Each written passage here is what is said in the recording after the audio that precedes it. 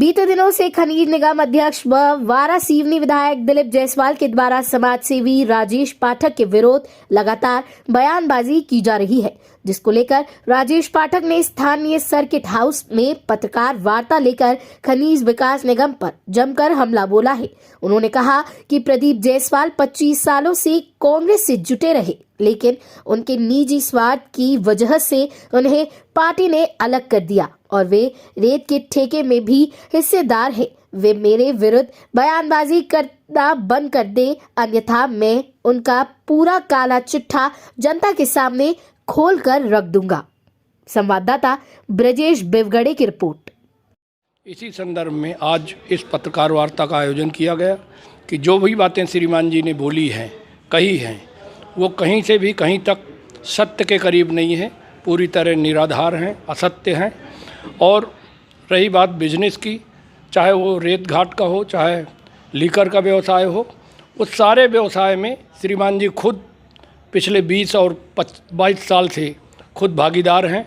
आज की तारीख में भी उनके ही मकान में हमारा रेत घाट का ऑफिस चल रहा है और वो अभी से नहीं चल रहा, विगत करीब 15 वर्षों से चल रहा है। तो ये सारी चीज़ें उनके सब संज्ञान में है। वो ना कहीं जनता के हित में कोई समर्थन दिए हैं, न कोई विधानसभा क्षेत्र के हित में समर्थन दिए हैं। उनको निहित स्वार्थ के चलते उनके स्वार्थों की पूर्ति पिछले 1 बरस से जो अतिरिक्त रूप से उनके स्वार्थ पूर्ति का एक जो 15 महीने की सरकार में उन्होंने अपना एक जरिया बनाया था, उस जरिए में रुकावट आने के कारण जो उनको शेयर में मिलता था, जो उनको जो कुछ भी मिलता था, वो सारी चीज़ें मिल रही हैं। इसके पश्चात वो अतिरिक्त आमदनी जुटाने के चक्कर में उन्होंने गलत सलत मनगढ़ंत आरोप लगाए हैं।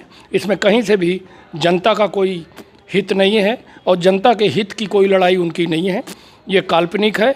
उनका व्यक्तिगत स्वार्थ और व्यक्तिगत हित के चलते व्यक्तिगत स्वार्थों की पूर्ति न होने के कारण उन्होंने इस तरह के अनर्गल भाषा का उपयोग किया और असत्य और निराधार आरोप लगाए जो पूरी तरह मनगढ़ंत और झूठे हैं।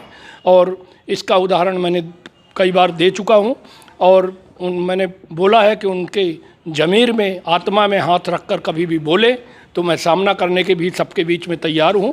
और सारी चीज़ें जो अभी आप सब लोगों के बीच कुछ छुपी हुई रह गई हैं, उजागर उन्होंने ही किया। हमने तो आज तक कभी चर्चा नहीं किया प्लेटफार्म में बाहर, लेकिन वो माँ के दरबार में माँ की गाली देना और संस्कार विहीन बातें करना जो आज उन्होंने आजकल पिछले कुछ समय से, कुछ महीनों से ये एक अपनी बोली भाषा में संस्कारों